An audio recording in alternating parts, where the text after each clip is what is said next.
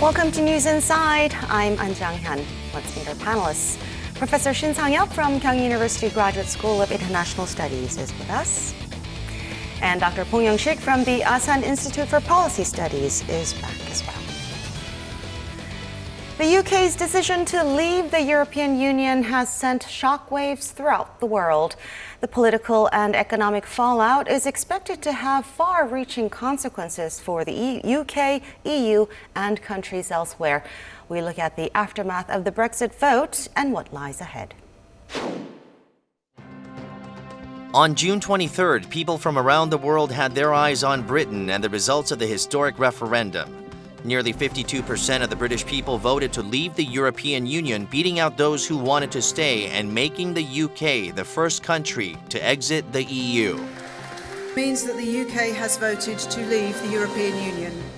The results roiled global financial markets, wiping out almost $2.5 trillion in equity value. Prime Minister David Cameron, who had campaigned for the Remain camp, announced he would step down while EU leaders piled pressure on the UK to move quickly on its decision in order to contain the impact.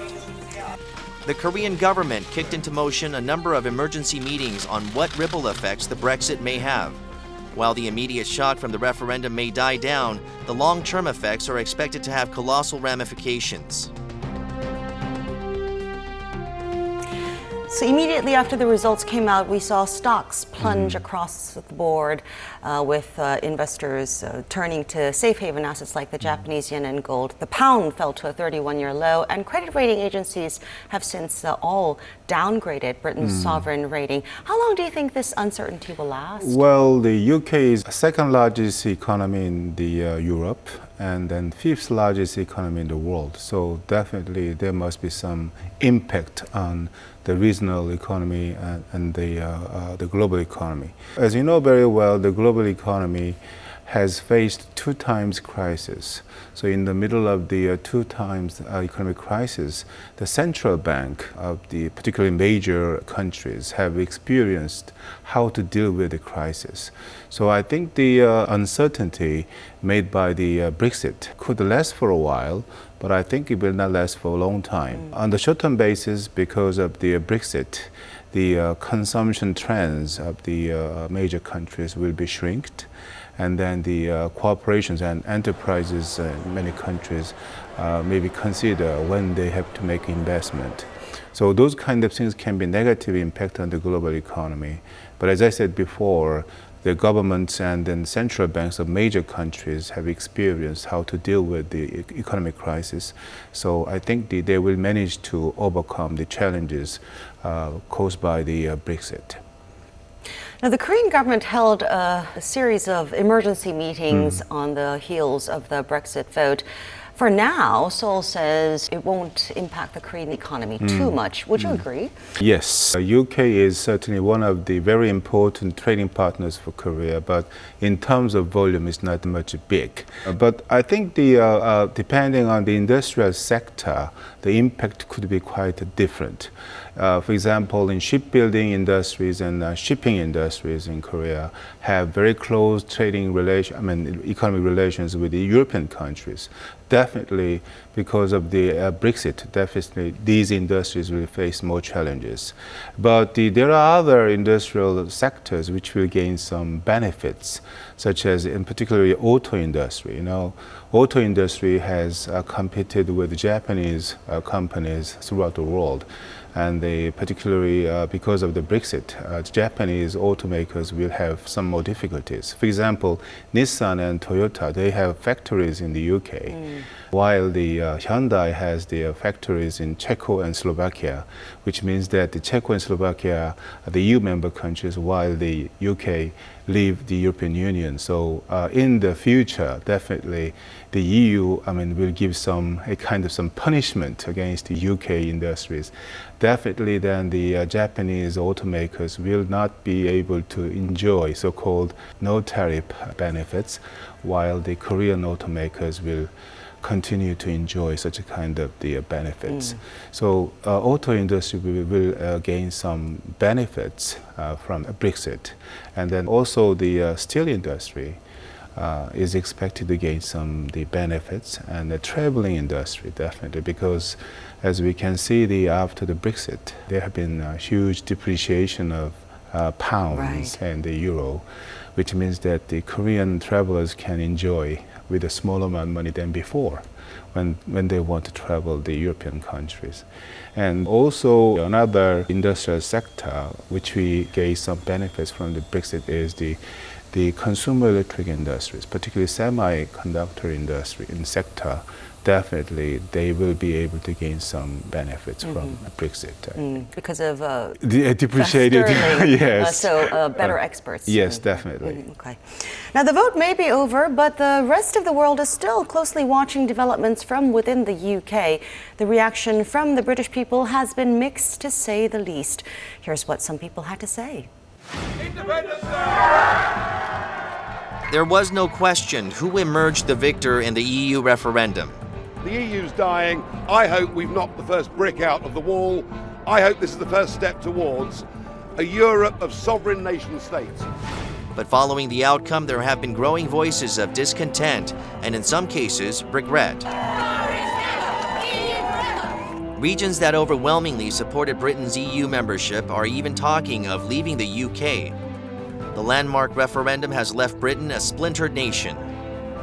We're all very sad about the opportunities that we may have had to live and work abroad that may not be available to us. I would go back to the polling station and vote to stay, simply because this morning the reality is actually hitting in, and the regrets are filling in of actually that we have actually left EU. 60% of Londoners voted to remain. We're clearly disappointed that around the country decided to leave the EU. Our country split.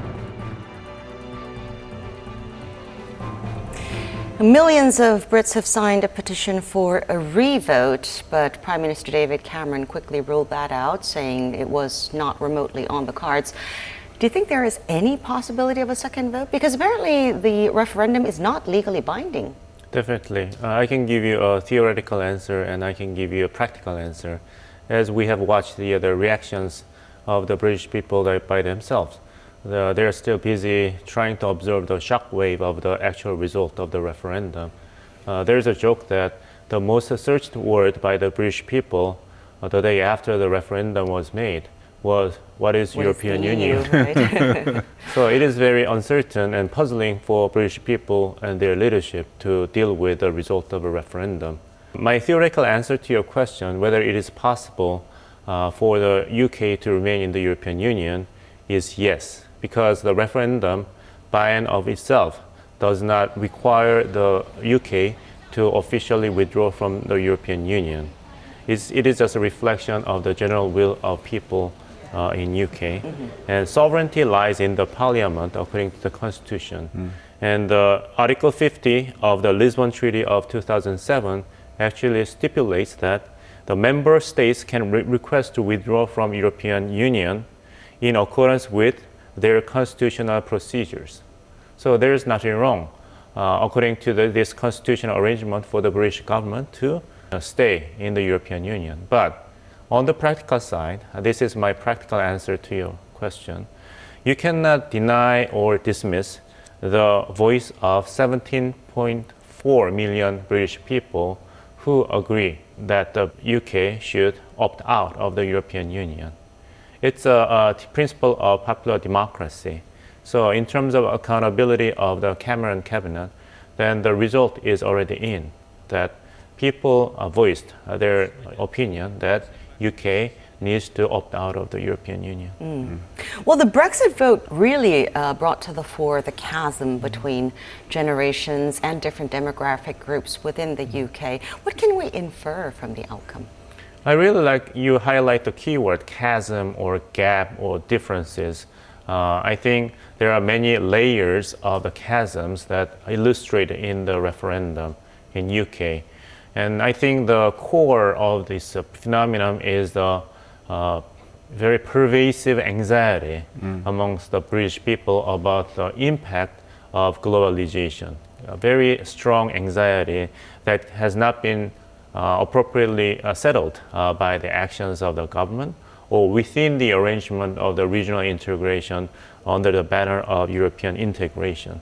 Somebody has to be able to reflect their voice of concern, and somebody has to pay for the price of individual and collective adjustment and sacrifices in coping with the impact of globalization. But British people, at least majority of them, as well demonstrated by the result of referendum, have been extremely disappointed by the lack of proper action for their own protection. It is very interesting that economist at Columbia University, Professor Jeffrey Sachs, points out that this should not be viewed as a total rejection of globalization. This result should be viewed as a rejection demonstrated by the British people of certain type of globalization that has been around for so many years. So it is up to the British government, as well as any other sovereign government in the world these days, how to placate the very deep and serious anxiety pervasive among the public. Otherwise, then people's voice in opposition to regional cooperation or integration will continue to grow. We're already seeing rumblings from Scotland and Ireland for a separation from the UK. Are we starting to see a domino effect as we feared? Well, as I said, the shock wave of the referendum is still pretty much in the process of being analyzed and observed by people not only in Scotland but Northern Ireland and other countries. So we have to wait and see. But the fact that it has become a reality that you can actually opt out of your commitment to regional integration, that is a very important turning point for any country. Now, it's not just a remote possibility, but it's a part of reality. Now, the New York Times pointed out this may be a lesson for the US that in the end, identity, quote unquote, trumps economics. Do you think this sentiment could be a factor in the US presidential race as well? Maybe or maybe not. What I'm saying is that because of the situation made by the Brexit, maybe American people can learn something, can feel something. So this can be a factor, maybe negative factor for Trump, Mr. Trump.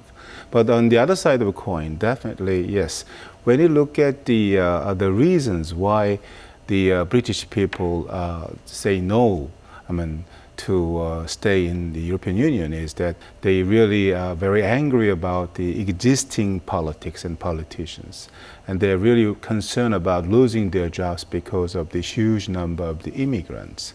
And secondly, they are really worried about the economic difficulties caused by very slow recovery of economies, global economy. Well, these things have been pointed out by the Mr. Trump as the way why he should be the leader of the United States. So when you look at those kind of things, there is something very common between the background of the Brexit and then points made by Mr. Trump. But definitely, I think they are not very same, because to interpret, to understand these reasons, definitely the UK situation is different from the American situation. What I mean is, the American citizens, as I said before, the people, they will really concern about the outcomes caused by the Brexit. So they do not want to have such a kind of the confusion or difficulties in the future. But still, one point which I want to underline is there will be the presidential election in the November. So still about 5 months is left.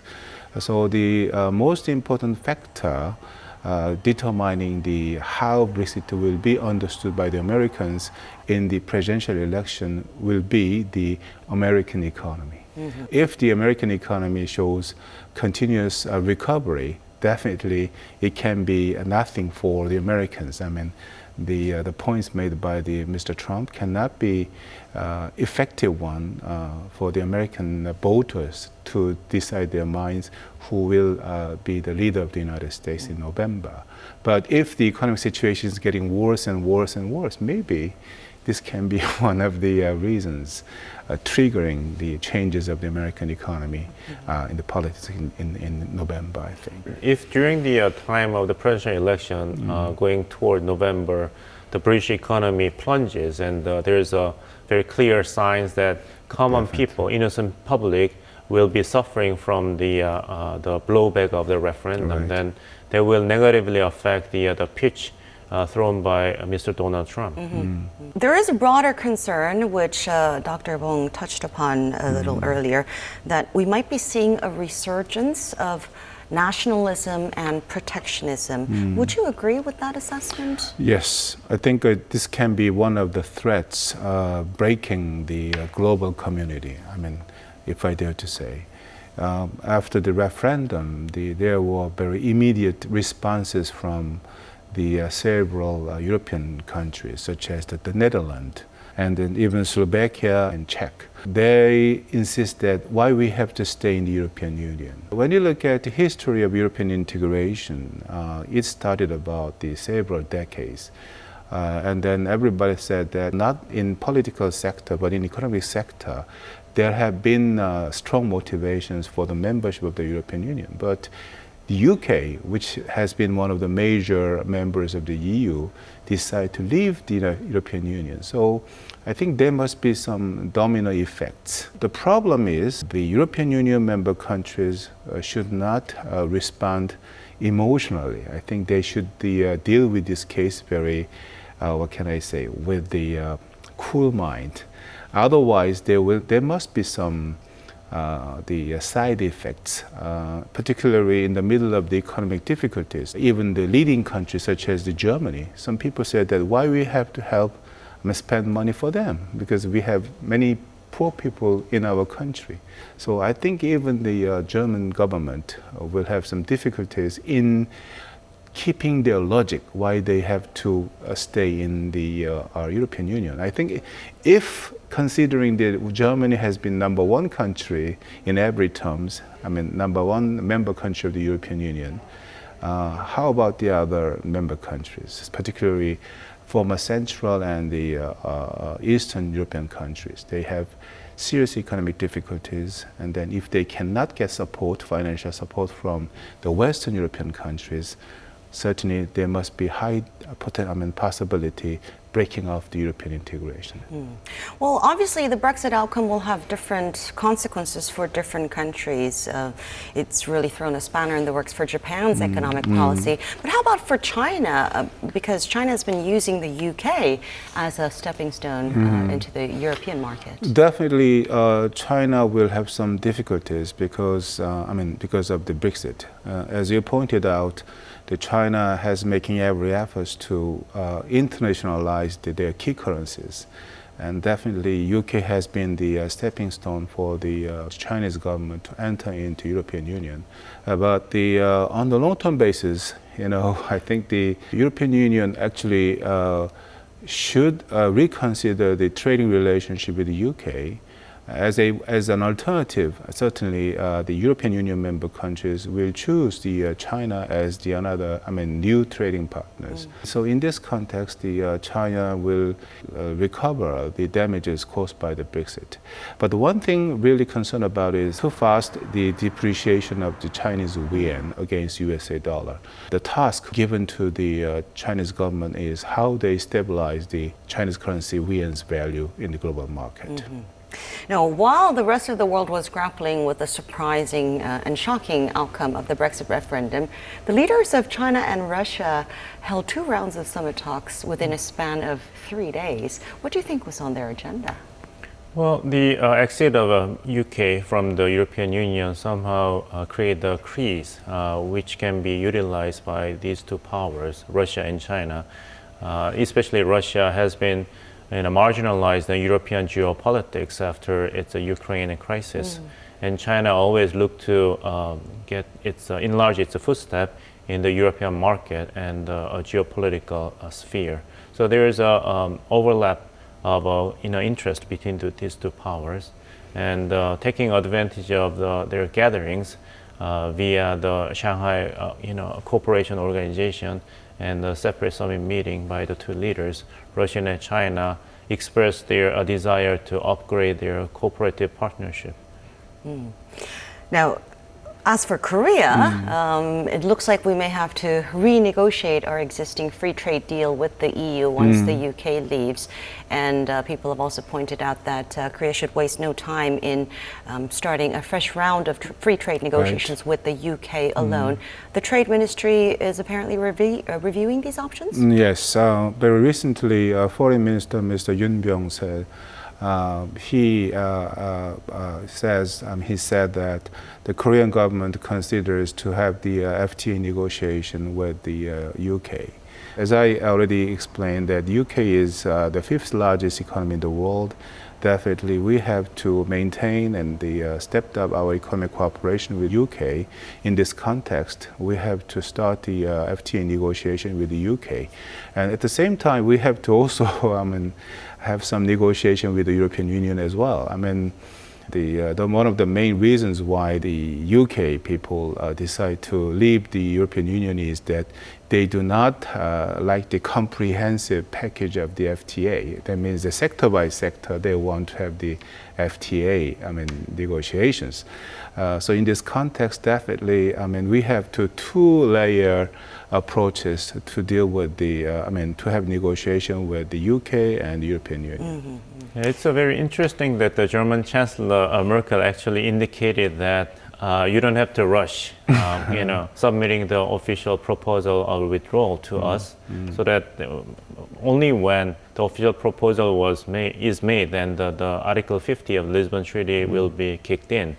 But at the same time, German Chancellor also warned the British government not to expect to engage in a prolonged fashion, informal negotiations in the sidelines. So we are not going to set you as a target of punishment to give you a warning to other potential members of the European Union to consider withdrawal from the European Union, but we would not accept any intentional delay as an attempt to increase your bargaining leverage. Well, that's the German Chancellor, Angela Merkel, saying that, but there have been other EU leaders who have pressured the UK to hurry on and mostly invoke Article 50. That's correct. The different voices mostly coming from the members of the European Union, coming from the former Eastern European bloc. So that by precipitating the exit of the UK, they expect that they could enlarge their influence in a relative sense in the European Union. But considering the fact that France and Germany were the two major founding members of the European Union since in 1950s, starting with the European Coal and Steel Committee, then their influence is far stronger than the combined influence of the Eastern European members of the European Union. But the critical component is that UK cannot have a cake and eat it too. What I mean by this is that there's a saying that British government may want to have a graceful and safe exit from the European Union by following the Norway model. But the German Chancellor warned that that's not likely because UK has to accept freedom of movement if it wants to maintain the access to the European Union as a single market. You have to have both, not just the one or the other. What do you think the EU will look like minus the UK? Minus the UK, I think the European Union will go back to its traditional roots. The French-German cooperation, which was the basic foundation of the European community, not just a very nascent idea, but a long-held dream of the Europeans living in one community. So I'd like to emphasize the importance of strong and visionary leaderships to be in place.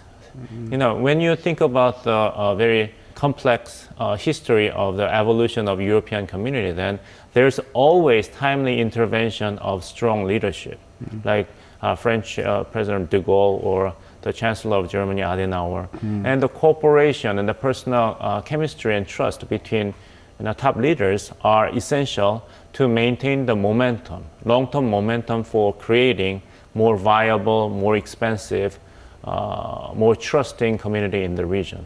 So in the absence of strong and effective leadership, then the future of European Union without UK is anybody's guess.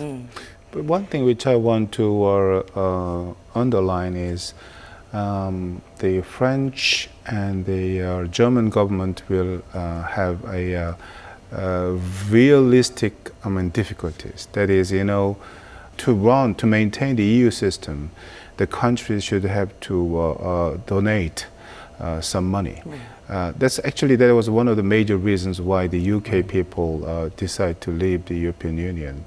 And then the allowances, so-called UK allowances, should be redistributed to major economies, which means that Germany or France. In the middle of the economic difficulties, these leading countries' government should have to make the logic why they have to take more financial burden, why they have to keep on spending more money for the poor member countries. I think if they cannot manage to deal with this issue efficiently, maybe so-called, as we discussed before, the domino effects can be happen. That means that European integration can be break off.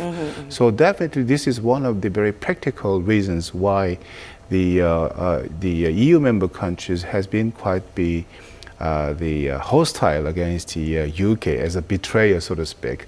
So I think this is one of the most important questions, the issues which the Western European countries should have to find an answer.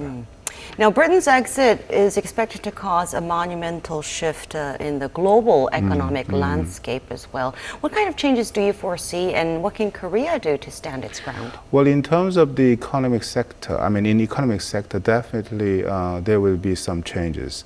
Well, particularly in Korea. Well, we have not very huge domestic market. So as we know very well, we have fully committed to have the membership in the the regional economic integrations. We have participated in the negotiation for TPP, and we also already have the FTA with the European Union and USA and China. Then, because of our Brexit, definitely, we have to have a negotiation with the UK government. So, this is a time for us to think about the changing our FTA policies. Considering economic structure in Korean economic structure, we have to put the very high importances on the external economic cooperation. In this context, there must be some changes in our FTA policies. And secondly, I think we have to diversify our economic partners more than before. Otherwise, like Brexit, if we have some difficulties in trade with the UK, we have to take on other partners to minimize the economic damages caused by the difficulties in trade with the UK. So I think we have made every effort to diversify the trading partners, but we still make more efforts to diversify our trading partners in the world. Now let's move on to our next topic of the week. On June 22nd, North Korea test-fired 2 of its Musudan intermediate-range ballistic missiles. Both were launched from Wonsan on the east coast, and while one failed after a few minutes in flight, the other flew 400 kilometers. Pyongyang has hailed it a success through state media, but South Korea's military has remained skeptical. 이렇게 단정적으로 말씀드리기는 어려울 것 같습니다. 실전 비행 능력 이런 것들이 검증이 돼야 된다고 생각하고요. 최소 사거리 이상 또 정상적인 비행 궤적 이런 것들을 그리는 것이 중요하다고 생각합니다. The South Korean government issued a statement condemning the North for violating a UN Security Council resolution and warned against future provocations. Neighboring countries also shared this sentiment. I do think that the impact of these provocations would be to only strengthen the resolve of the international community that has such serious concerns with North Korea's behavior. The UN Security Council also rebuked Pyongyang for its recent missile launches and called on member states to toughen sanctions. Meanwhile, South Korea, the US, and Japan have stepped up cooperation in response to Pyongyang's ongoing military threats, carrying out the first joint missile defense drill on Tuesday. With greater provocations from the North comes the need for stronger partnerships within the global community. So last week we briefly talked about North Korea test firing two more Musudan mid-range missiles. The first one was considered a failure, but the second one flew 400 kilometers and Pyongyang claims it was a success, except there are some mixed opinions as to whether it actually was a success or not. Well, the general opinion in Washington and Seoul are moving to agree to the agreement that it was a successful launch. For two reasons I would nominate. One is that, as I said last time, that every missile test is a success in terms of letting the North Korean government and military to learn some lessons that can be used to improve the next round of missile test. And second point is that you have to look into the North Korean strategic mind. What was the main purpose of the Musudan missile test this time? It is interesting that North Korean military fired up the Musudan missile almost in the perpendicular angle, 86 degrees, up in the sky. So that implies that the main purpose of the Musudan missile test this time was not to test whether they could extend the reliable range of the missile, but to test whether the incoming missiles that goes up above the atmosphere and enter into the stratosphere and coming back to the atmosphere would resist the heat created by this coming back. Re-entry. Re-entry, right. So the re-entry was the main purpose of this Musudan test this time. Because in order to top the nuclear warhead on the long-range missiles to target your adversary, then not only you have to have the ability to miniaturize the warhead and make it light enough to be top on the tip of the missile, but you have to also make it resistance to the enormous degree of heat created when it re-entry from the stratosphere to atmosphere. Right. Now, North Korea made clear that it had U.S. forces in the Pacific in mind as the target of the Musudan missile, presumably referring to U.S. bases in Guam. Why Guam? Why is it strategically important? Well, it's very important because Guam has the basis, providing some war materials if situation happen in the Korean Peninsula. So strategically, it is very, very important. If the North Korea can hit the targets in Guam, then they can take initiatives in the war if the war happened on the Korean Peninsula. And very recently, the B-52 bomb flew from the Guam, and then actually when the B-52 just fly into the Korean sky, the North Korean government showed very sensitive responses. Actually, they know very well how powerful it is. So I think in this context, if they can hit the targets and the Guam, definitely it can be a kind of some benefits or advantages which North Korean government can have in the possible situations in the Korean Peninsula. Now, some have suggested that Pyongyang's missile tests coincide with high-level visits to China by its officials. Do you see a connection there? I do not, because I think if there's anything, then there is the fact that North Korea has been testing long-range missiles and nuclear weapons so many times, and many of them happen to be overlapped with visits by high-ranked officials from China. Two things are implied in this North Korea's steady behavior. One is that North Korea will not stop until it will acquire reliable long-range missile to have long-range targets, including the mainland of the United States. And second, it will demonstrate its strong will that any type of pressure, even pressure or incentives from China, its ally, will not dissuade Pyongyang from continuing its development of long-range missiles. So it's a demonstration of political will that nothing will stop us until the day we will become the de facto nuclear state with reliable long-range missile delivery system. Well, both China and Russia were quick to respond to the latest missile test. They voiced their objections and said that they would fully implement the UN Security Council sanctions against Pyongyang. Are they simply fed up with the North, or is there a hidden agenda there somewhere? I think there is a hidden agenda, and the hidden agenda is to prevent the United States from taking advantage of the recent provocation by North Korea as another excuse to enlarge and extend U.S. military presence in Northeast Asia. So it's a preemptive step. Right, preemptive step that do not use this as a convenient excuse to realize your strategic ambition, including the deployment of THAAD on the Korean Peninsula, or imposing unilateral, economic sanctions on North Korea in the name of non-proliferation. So basically, Russia and China are in a common voice saying that you have to follow the decisions collective made in the realm of the international organizations such as United Nations Security Council, but you do not try to add anything to the already existing measures upon North Korea. Now, Korea's Prime Minister Hwang Kyo-ahn was in China recently for a 5-day visit, during which he met with Premier Lee Ka-chang. Now, with the tricky North Korea factor in between us, how can Seoul and Beijing bolster bilateral ties? Very recently, I read an article about the Korean ambassador to China, Mr. Kim Jong-soo. He empathized 3 things, in an effort to stepped up the relationship between Korea and China. If I quote what he said is that the confidence and creation and culture.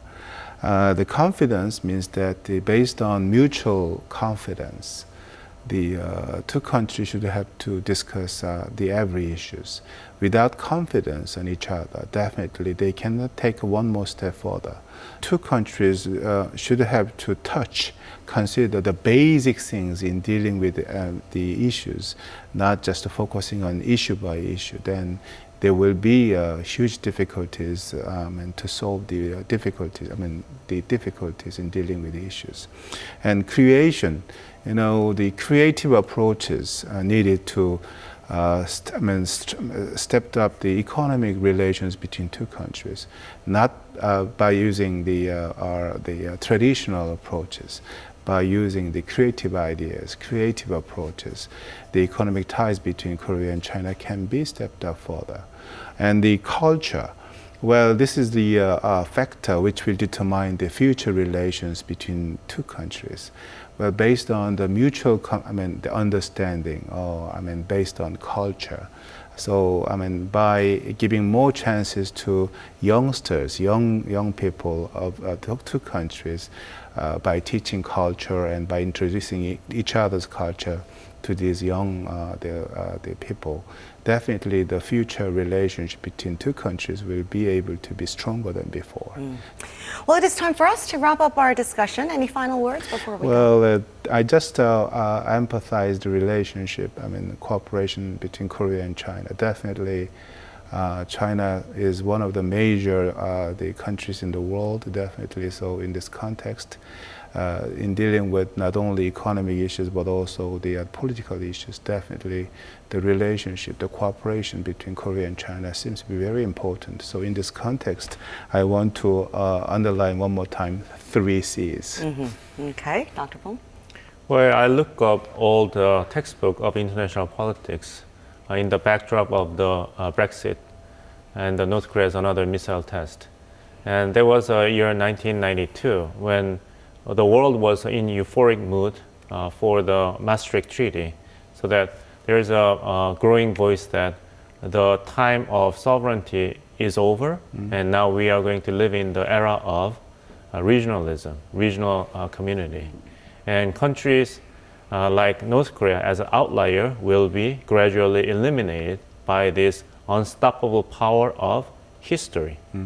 25 years later, we are still talking about North Korea with missile tests and nuclear tests. 25 later, we are talking about UK opting out of European Union and the crisis of European community. So I realized that if there's only one constant in history, it's change. Well, a good note to close on. Thank you very much for sharing your thoughts with us today. Thank you. That is all for this edition of News Inside. Thanks for watching. We'll be back with more